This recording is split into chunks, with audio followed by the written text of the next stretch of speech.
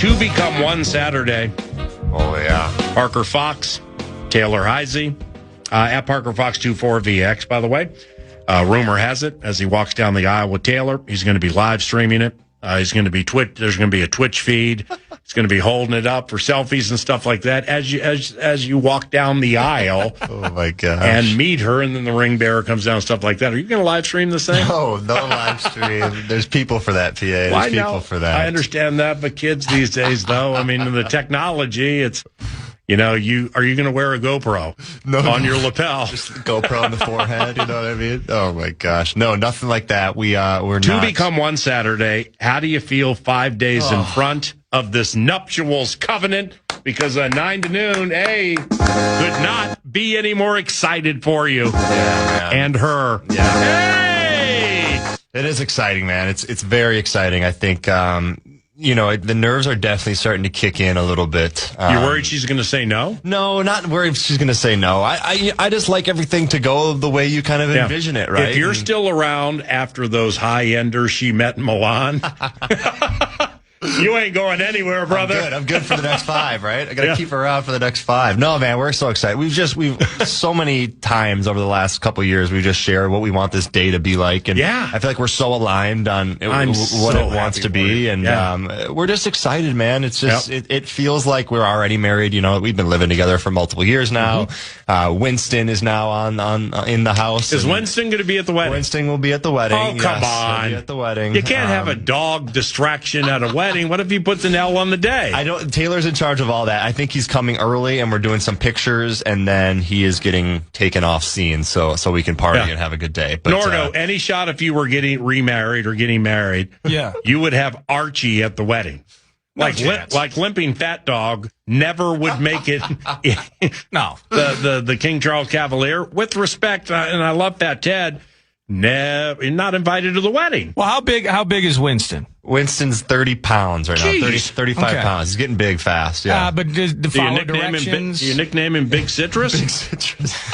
Because Archie's all at 85 pounds. Yeah, he's not that big. Wow. And I think this is kind of pre-wedding pics with mom and dad, and then somebody takes him home. But so we're not doing he carries the rings down the aisle? No, we're not. And I've seen that at weddings before, and it's cute, and it's risky. The whole bit. But with Winston, he eats everything his eyes get fixated on, so those rings could go down the gullet, and then I'm calling Continental Diamond, and I'm saying, hey, Jimmy, you got an extra ring for me here? But we're just excited for the day, and Winston will be there early, and but he's become a big part of our lives, so we'll get some cute pictures. He's getting groomed today, so you're getting wedding pictures with your dog. Is that do people do that? I think they do. I don't know. These days, PA, you wouldn't even believe what some people do for these weddings, man. It's insane. Well, I mean, my dog would be pooping in the aisle. Like, it would just be disastrous. Right. Zach Eady's going to be at your wedding, okay? Because of how well you know Zach Eady from when you played against him. So let me see. Who would I rather get a wedding picture with? Winston, the 30-pound dog, or Zach Eady, the Memphis Grizzly? Come on, Winston's man. Getting a following, man. He's got his social media now. Of course he does. A whole bit, dude. Are you going to be the tallest guy at your wedding?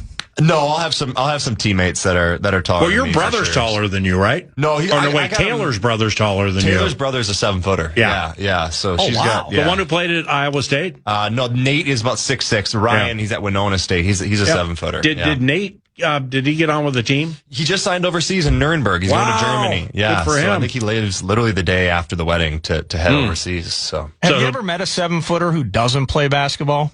Just like a 7-footer who went to law school. I don't think it feels like you have to. Oh, I think if you look at the stats, if you're at least 7 foot, you got like at least a 10% chance of going to the NBA or something like that. That could be a preposterous statement, but I think if you're going on 7'1", 7'2", if you put a ball in your hands at an early age, you should be coordinated enough to catch a lob, and then you can go block a couple shots and be Rudy Gobert out there. Because the normal world is not built for the 7-footers. No, not at all. Well, Bol.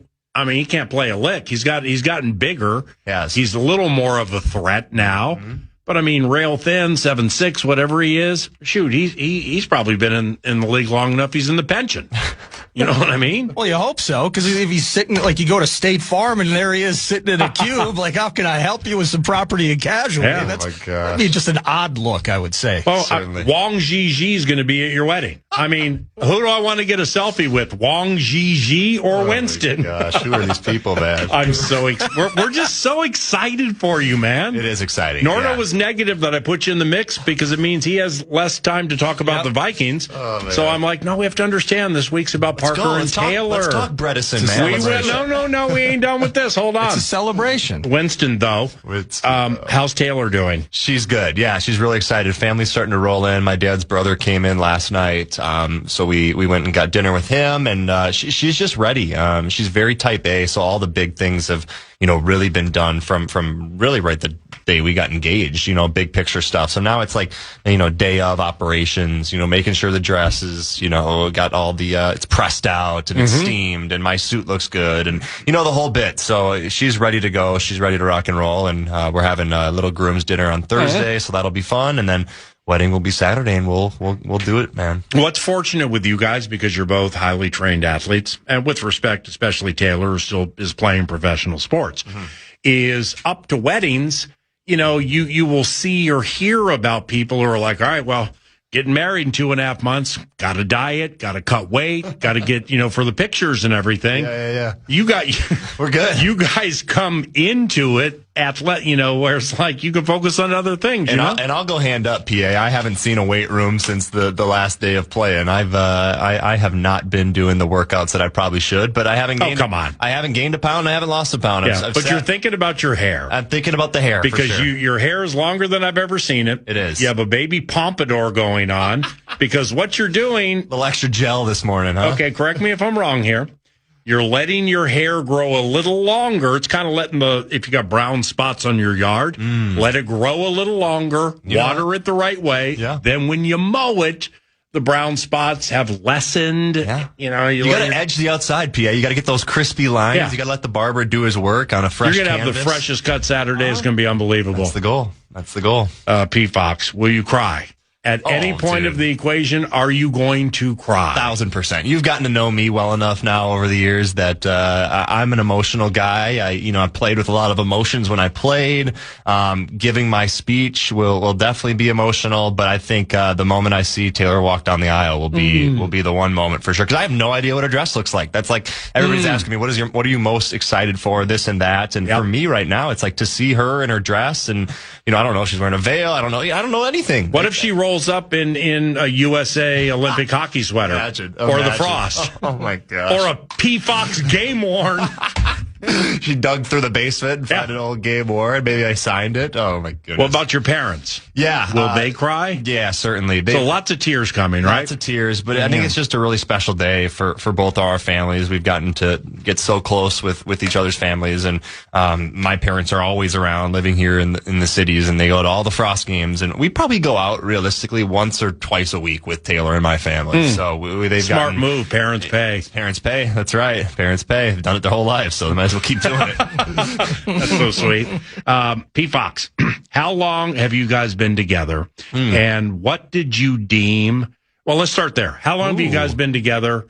And I know you met each other at the University of Minnesota, probably in the super special exclusive athletes cafeteria, where you guys are like, I don't know, Sharon, I don't know. How'd you meet each other? Sharon's. Well, I was going to go down the sharing a corn dog row. There you go. That wouldn't work. Road. Yeah. I don't want to be immortalized on the power trip. It was actually it was the first Gopher football game that I was, I had transferred to Minnesota, and I was injured and I was out, and I was like, let's go have a fun little pregame. She felt bad for you. Let's go find a party, and we got paired up for beer die, a little friendly game of beer die, and 10 wins later, we're like, something's working here. There's some chemistry going on, and we became really good friends, eventually started dating, and then fast forward to July of last year, we're engaged to be married. So how long have you been together? Going on 3 years now. Oh, that's sweet. Yeah.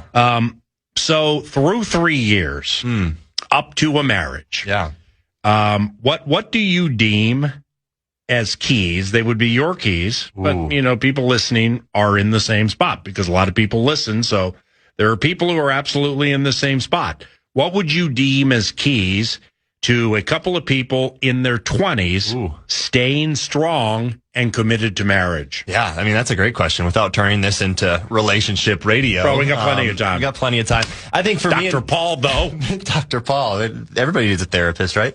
No, I think for me and Taylor, the biggest thing for us was just trust, right? Like, for somebody like her who's in, the spotlight and winning gold medals and doing media and meeting famous people and doing podcasts and this and that, like, I think for us, like, there was just this level of trust that was built really early that we knew that no matter what we did and no matter what was going on, like, it was for one, right? Versus like being for the individual. And I think that's something that we talk about all the time, where it's like anything we do and anything that, whatever I do or whatever she does, as long as our mentality and our focus is that it's for the greater good of one versus, the greater good of an individual is key. And then I think, at the end of the day, a relationship is a covenant, right? And I think that's something that we're coming to on Saturday. And no matter what's good or bad or what's going on, you have to have that trust. And I think that's the biggest thing for us. Okay, so how am I going to put this? I know getting to know you as well as I have the last 2 years, 2.5 years, and now getting to know Taylor quite well. And certainly, we'll just stop right there. But being a man, with a woman who not only is at this stage of the equation the breadwinner, but I mean she's the one that garners the majority of the attention. Totally.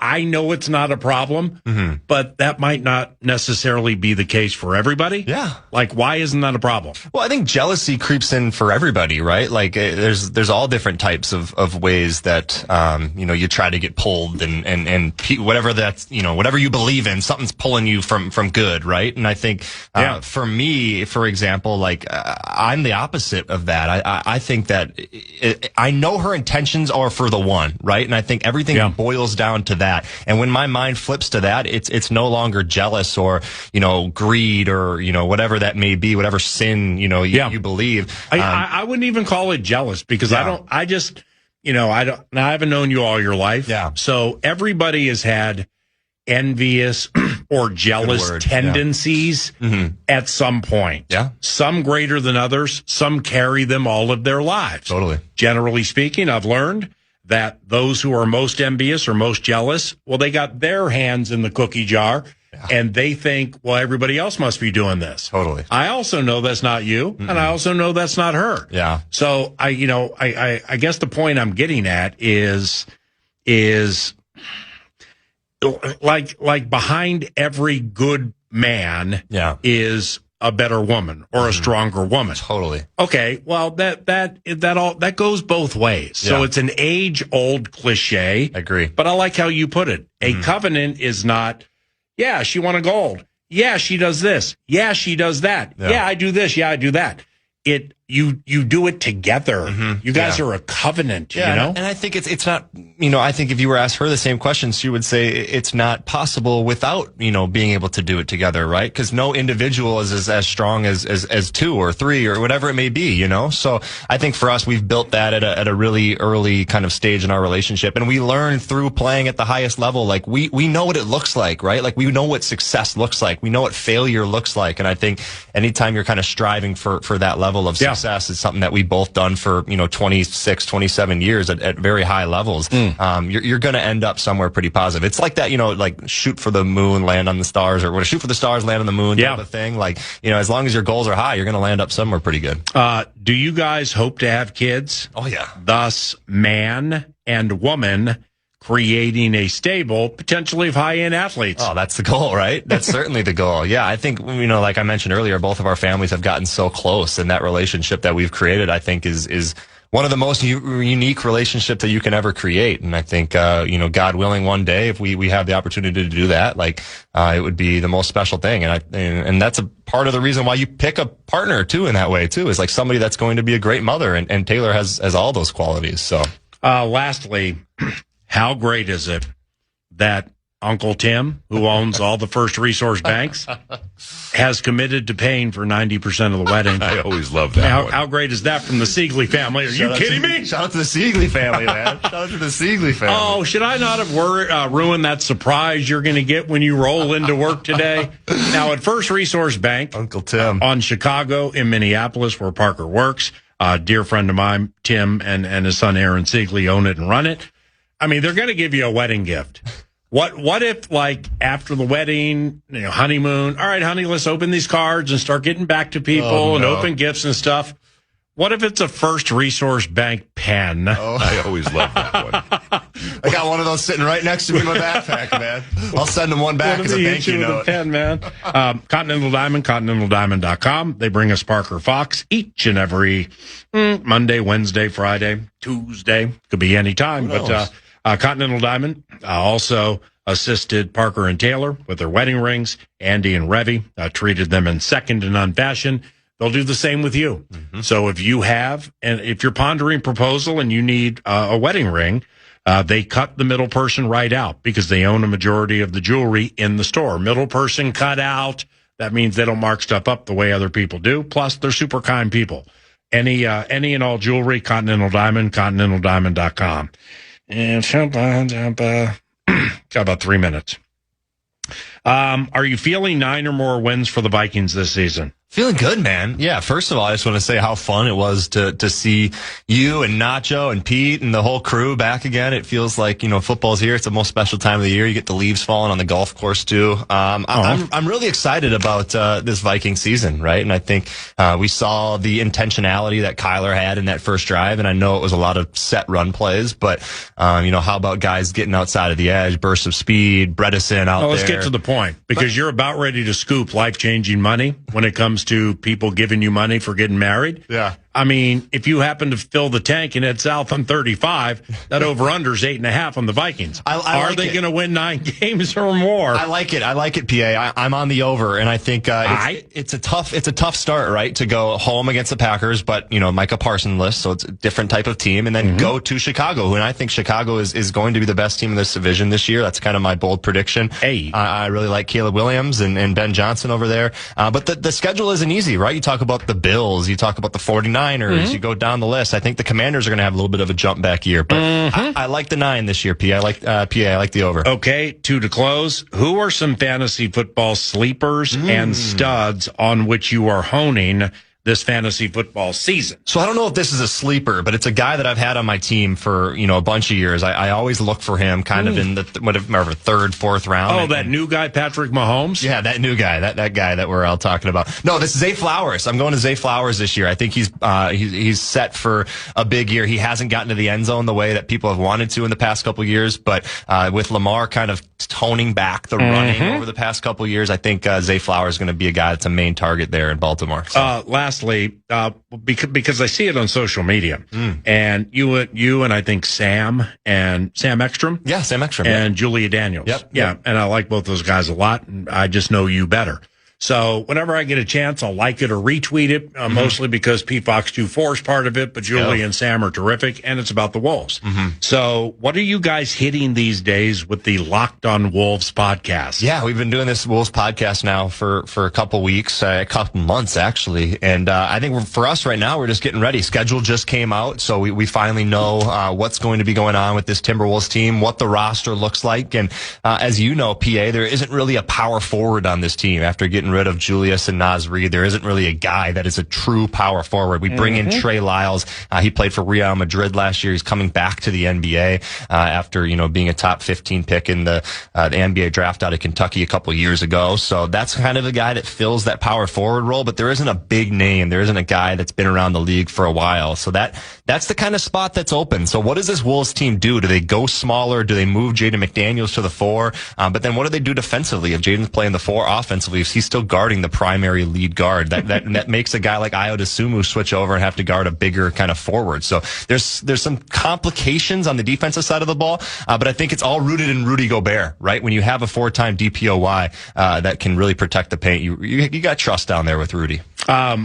In closing, part 4, I giggled because I have Twitter up. And I giggled while you were talking because there's this video. Oh, no. I didn't know the Fever played Angel Reese's team yesterday. Yeah. So there's a video because Angel Reese misses so many layups, and it's just a functioning brickathon sometimes. Talking about the Caitlin laugh? The smile. Yeah. So Angel misses a big layup, and I guess she had missed 3 before that. Yeah. And there's a timeout or something. Caitlin Clark walking behind her, probably 20 feet away, with just the biggest smile, like, okay. Oh, man, I hadn't seen that. That's crazy. I think it wasn't even a timeout. I think that was to go to overtime. That was a missed layup by Angel Reese with to win it with like a second left. So it went to overtime, and Caitlin was laughing, and then the Fever end up winning that game by 4 in overtime. Man, so we're not going to see you for a while. You have So what do you guys are doing your honeymoon in Fridley? Okay, so anyway, we won't see you until after your honeymoon, all that kind of stuff. Love you very much. Love you too, man. Love Taylor too very much. Yes. And God bless you guys. God bless this covenant. That's right. I'm proud of you, and I can't wait to see you when I see you. Let's get married, dude. Love you, man. See you, bud. Parker Fox, love you too. At Parker Fox 24. P. Fox and Taylor Heisey getting married this weekend. That's covenant claps worthy, and I'm proud of those guys. Back after this. This is 9 to noon, live on iHeartRadio and KFAN.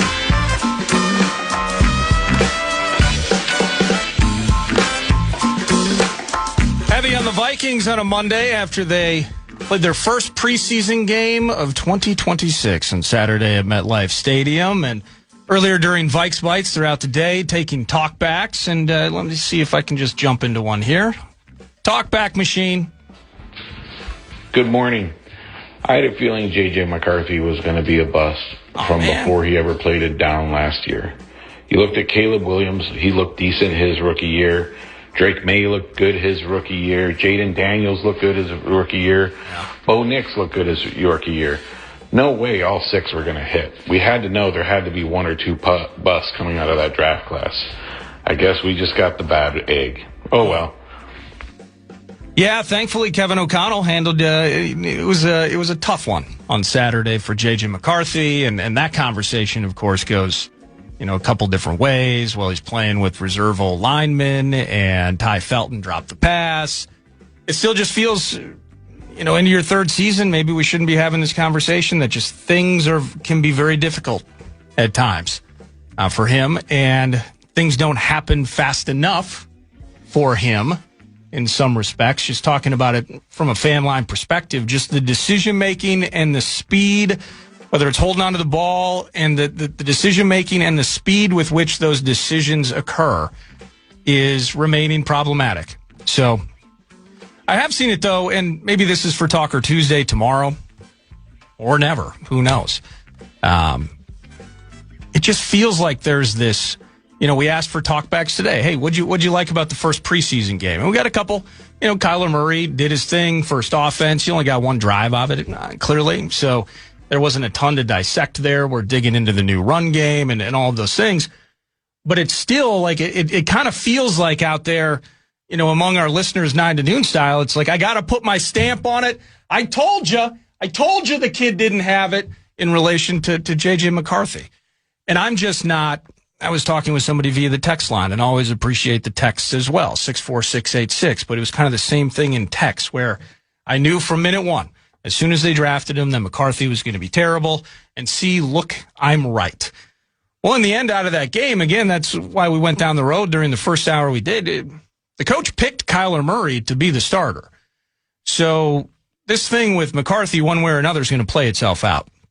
And after one preseason game, by the way, I think it'd be difficult to argue that Carson Wentz isn't or shouldn't be, if Murray had to take a breath or miss an opportunity, that maybe Carson Wentz is in that mix. But to the idea of just seeing it via the talkbacks and the text, like, I just got to put my stamp on it that I knew JJ was going to be a disaster. Well, the coach chose Kyler Murray. So now the exciting part about Saturday's game is not trying to dagger the 23-year-old. It's, hey, how'd that first offense look? Hey, majority of his snaps were under center. I wonder what that looks like, how that is going to continue to be a working part of putting this offense together. Hey, the run game did look pretty terrific in a short sample size. I wonder how that's going to impact getting Justin Jefferson into the mix offensively once the games start counting. So if you whether it was Saturday with Fan Line or now, if you were to you just got to ride discernment here and guess. Yeah. If you were to take all of the talkbacks and all of the 64686 and put them in a bowl, what percentage do you think would be blanket statement vitriol towards something? In other words, 8 or 9 out of 10. Oh, really? That many? To that point. Yeah, and that's what. Not just with McCarthy, with period. Yeah, just to, well, I'll be generous and I'll say 7 out of 10. Right. The point I'm getting at here. The vast majority, though, through one. Yes. Well, I think you'll understand this is, there are some very loud things in the world. Yes. But if you really, if in the cliched nutshell, if you put it in context or you compare it to everything in the world, it's a very small percentage. It just happens to be super loud. Right. That's what I'm saying here. Like maybe, Banks got pushed off the snap. I hated the draft pick. I've seen enough, and he can't play. McCarthy, he can't play. Yes. Or other side, heard you guys talk a lot about this running game. Finally got to see it. It will be the best in the NFL.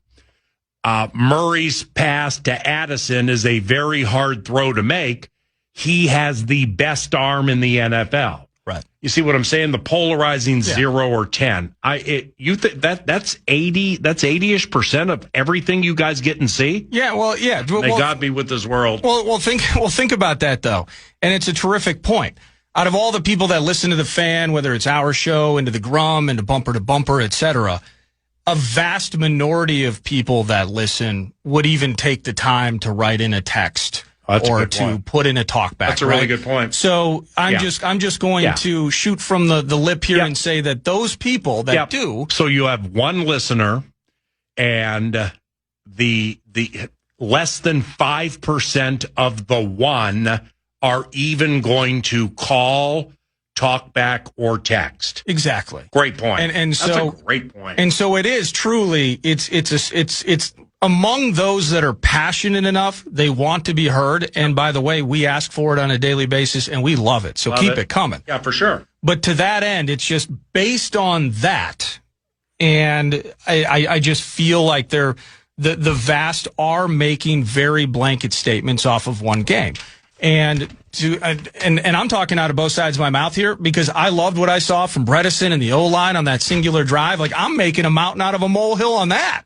And I'm loving what I saw there. Many more reps to go before the border battle. And so I was just kind of thinking though, we really, like a lot of people just really passionate. They want you to know, see, I told you that JJ was going to be bad. Yep. And I hope that we're able to take a breath on that. And the coach chose Kyler Murray to be the starter. So regardless of how Saturday went, Kyler Murray is your starting quarterback. So, in and out of preseason game 1, what did you want to see? Now what you have seen, do you like what you saw with that first team offense, small as it was? Yeah. Can you appreciate the idea that the first round draft pick has played very limited football in the last 2 years? So he was getting bounced back a little bit. Does he have the right to improve? Yes. Does he need to improve? We want him to. Just kind of putting that in context off of a talkback I received about. We're gonna hear about it for a while, PA, depending upon how things go. As the talkbacker mentioned, Caleb Williams, pretty decent in his rookie year with Eberflus, and then now even better last year with Ben Johnson. Drake Mays now played in a Super Bowl. Jaden Daniels takes his team a pretty far way into January his rookie season before getting hurt last year, and Bo Nix was in an AFC title game. And then meanwhile, we're also thinking, oh yeah, Penix Jr. hurts his knee for the third time. Tough situation for him. He's battling with Tua.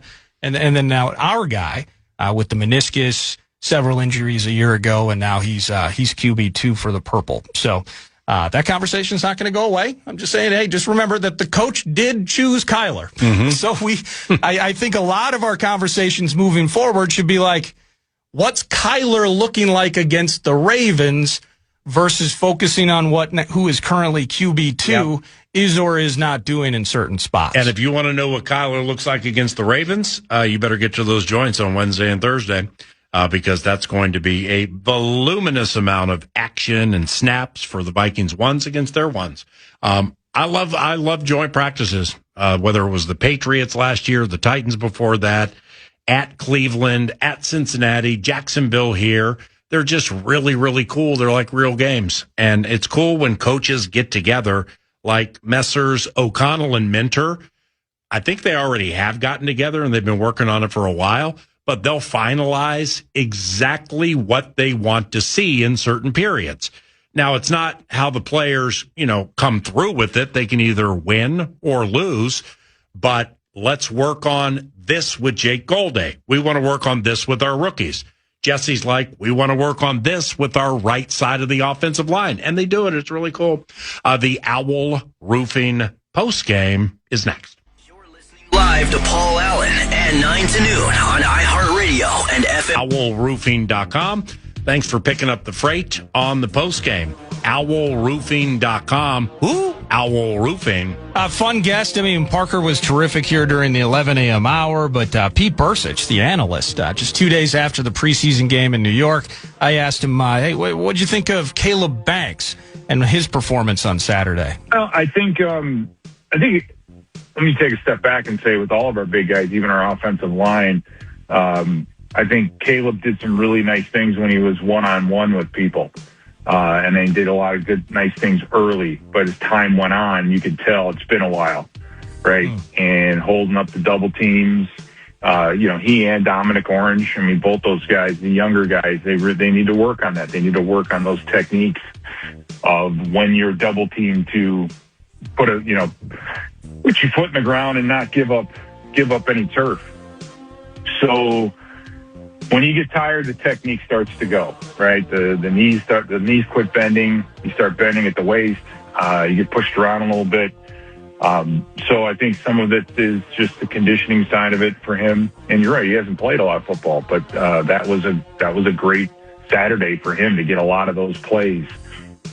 That's Pete Bursich, and he's normally going to be a weekly guest during the season to help break down, hopefully, a lot of W's. But game reaction from the side-by-side analyst was terrific, and that's Pete Bursich in the 10 a.m. hour. I would also suggest, some news, kind of just what do we want to know, what do we want to learn about cornerback?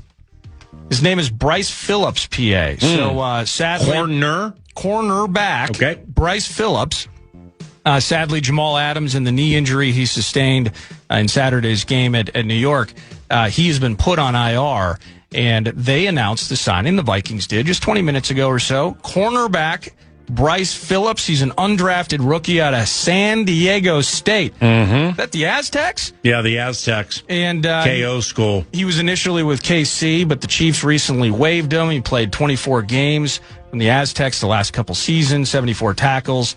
5 TFL, 2 picks, 10 passes defended.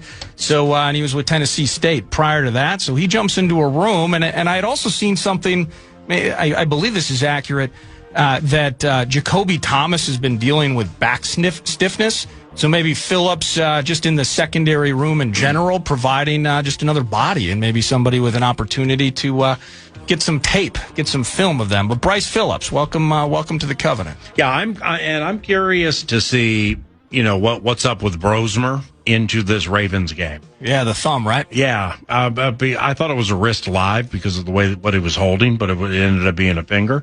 Well, I think he was holding his wrist, so. But this Ravens game is, you ain't going to see Kyler. I'd be shocked if we saw Kyler Murray play, but you know what? I've seen stranger things because last year, Vrabel got so frustrated with the way Flores crushed his first offense Thursday before a Saturday game. He basically made everyone on offense not named Stephon Diggs play in the game. And I think Drake May played 2 series in that preseason game after joint practices. So I don't think Kevin, runs things like that around here. So, expecting Kyler Murray to play in the game after the joints, I think that's a long shot. Yeah. Which means McCarthy and Wentz, I guess each can go a half. But or do we see somebody add it? Well, that's what I'm wondering. Yeah. I hope Brosmer gets that thing right so he can at least hand off and throw a few passes, because moments like that are big for him. No, they absolutely are. And that brings us to the conclusion of 9 to noon and the postgame, PA. The postgame is provided by Owl Roofing. OwlRoofing.com. Wonderful, very enterprising people run that company and own it, and it's relatively new. They're the wise new owls on the block. They're very good at what they do. Very good at what they do. OwlRoofing.com. Thank you very much for listening. For Nordo, I'm Paul Allen. May God bless you and all of your families. And thanks for listening to KFAN. We will chat with you tomorrow when we all rise and shine at 9. Bye-bye. 9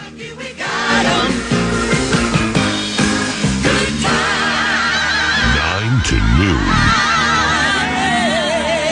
If it's good news or money, leave a message.